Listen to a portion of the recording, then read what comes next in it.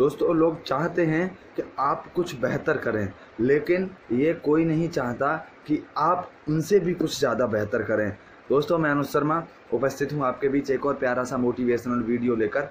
आज एक हम स्टोरी के बारे में बात करेंगे जिसमें बहुत स्टोरी जो है वो बहुत ही स्टूडेंट्स के लिए और हर किसी के लिए बहुत ही अच्छी साबित हो सकती है।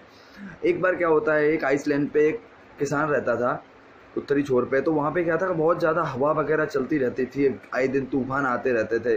किसान के पास काफ़ी ज़मीन थी और काफ़ी पशुपालन भी करता था, तो उसको ज़रूरत आन पड़ी एक नौकर की। तो वहाँ पे क्या था कि कोई नौकर उसके पास टिकता नहीं था, क्योंकि वहाँ पे वो आंधी तूफान वाला देख के माहौल वो सब लोग चले जाते थे। तो उसने क्या हुआ, एक दिन अखबार में एक विज्ञापन निकलवाया, उसे नौकर की आवश्यकता है। तो उसके पास काफ़ी लोग आए और जैसे ही उनको पता चलता था उस कंडीशन का कि यहाँ पे आंधी तूफान आए दिन आते रहते, तो सब लोग वापस चले जाते थे। लेकिन 2-4 दिन बाद ऐसे क्या हुआ, एक अधेड़ व्यक्ति, पतला दुबला व्यक्ति उस किसान से आके मिला। तो किसान ने उसको बताया कि ऐसे ऐसे यहाँ पे आंधी तूफान चलती है, सब कुछ है। तो उस व्यक्ति ने उसको एक जवाब दिया कि जब हवा चलती है, जब आंधी चलती है, तब मैं सोता हूँ। तो किसान को कुछ अटपटा सा लगा, यार क्या बोल रहा है कि जब हवा चलती है तब मैं सोता हूँ। तो उसने कहा कि चलो ठीक है, उसको नौकर की ज़रूरत तो थी लेकिन मिल नहीं रहा था। तो उसने उसको ठीक है, जैसी इच्छा आपकी, कोई नहीं, उसको रख लिया वहाँ पे। और वो व्यक्ति जो था, अधेड़ था, पतला दुबला था, वो बहुत मेहनती था। सुबह जगना, अपना पूरा काम करना टाइम टू टाइम। किसान भी काफ़ी खुश था उससे। एक दिन क्या हुआ, शाम का टाइम था, रात का थोड़ा 8-9 बजे का आसपास टाइम था, अंधेरा हो चुका था, तेज़ तेज़ हवा चलने लगी। किसान जगा और उसने देखा कि हवा चलने लगी, उसको लगा कि हाँ तूफान आने वाला है। उसने लालटेन उठाई और एक हाथ में डंडा उठाया और वो उस नौकर की झोपड़ी की तरफ आगे बढ़ा।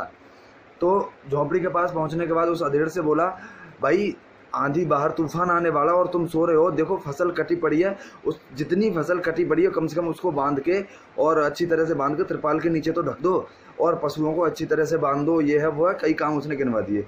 तो उस व्यक्ति का एक ही जवाब था, बोला मैंने आपको पहले ही कहा था कि जब हवा चलती है, जब मैं सिर्फ सोता हूँ और कुछ नहीं करता।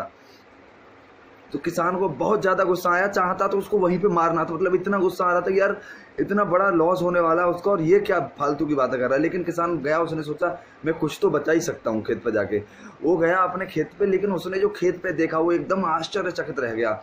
उसने क्या देखा कि सारी फसल बंधी हुई थी, अच्छी तरह से तिरपाल के नीचे ढकी हुई थी, सारे पशु अच्छी तरह से बंधे हुए थे और बाड़े का गेट अच्छी तरह से, मतलब सब कुछ ठीक तरह से उसने कर रखा था, एकदम सब कुछ फ्री होके वो जब सो रहा था। तब किसान को समझ में आया कि इसने बहुत सही बोला और ये क्यों बोलता था कि जब हवा चलती है तब मैं सोता हूँ। ऐसी हवाएं, ऐसी प्रॉब्लम्स हम सबकी लाइफ में आने वाली हैं। हम सबको पता है कि तूफान हम सबकी लाइफ में आएंगे।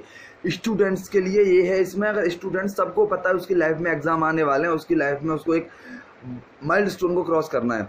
लेकिन क्या होता है कि वो पेपर वाले दिन, जिस दिन तूफान आना होता है, जिस दिन हवा चलनी होती है, उस दिन की तैयारी का वेट करते हैं। उन लोगों को, स्टूडेंट्स के लिए क्या चाहिए कि जिस दिन तूफान आए, जिस दिन हवा चले, उस दिन उनको सोना है, माइंड को रेस्ट देना है। जैसा कि हमने पिछली वीडियो में भी एक बार जिक्र किया था इस चीज़ का, जब हम अपने स्ट्रेस लेवल वाला, जब हम माइंड पे एकदम स्ट्रेस बढ़ाते हैं तो हमारी परफॉर्मेंस जीरो हो जाती है। ऐसे क्या होता है कि हम पहले पढ़ाई नहीं करते, तैयारी नहीं करते बिल्कुल, और जब एग्जाम आ जाता है उस दिन हम सोचते हैं कि हम सब कुछ तैयार करके अब एग्जाम में पेपर देने जाएंगे। तो उस कंडीशन में क्या होता है कि एकदम स्ट्रेस बढ़ता है, यार ये चैप्टर छूट गया, वो चैप्टर छूट गया, ये पढ़ लिया मैंने, वो रह गया मेरा। तो उस कंडीशन में कभी कभी बहुत बड़ा लॉस हो जाता है।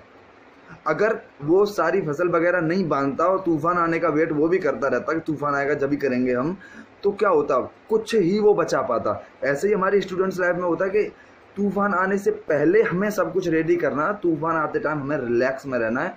हाँ, अब तूफान आ गया, एग्ज़ाम आ गया, एक दिन रिलैक्स में रहना है, फिर एग्ज़ाम देना फ्री माइंड, क्योंकि हम पहले ही तूफान की तैयारी कर चुके हैं। ऐसे ही हर व्यक्ति की लाइफ में इसका महत्व है।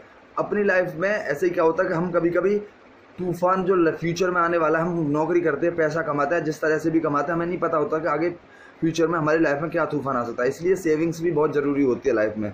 जितना कमाया उतना खर्च से काम नहीं चलता, क्योंकि सेविंग्स भी बहुत ज़रूरी है। पता नहीं कब क्या तूफान तुम्हारी लाइफ में आ जाए। ऐसे ही बहुत कुछ कहानियाँ हैं, बहुत कुछ ज़िंदगी से जुड़ी हुई बातें होती हैं जिनमें सबकी लाइफ में तूफान आने होते हैं। इसलिए इस कहानी से हमें, इस स्टोरी से ये सीख लेना बहुत ज़रूरी है, तूफान आने से पहले ही हमें प्रिपरेशन करनी है। जिस दिन आंधी और तूफान आएगा उस दिन हम रेस्ट करेंगे। जय हिंद।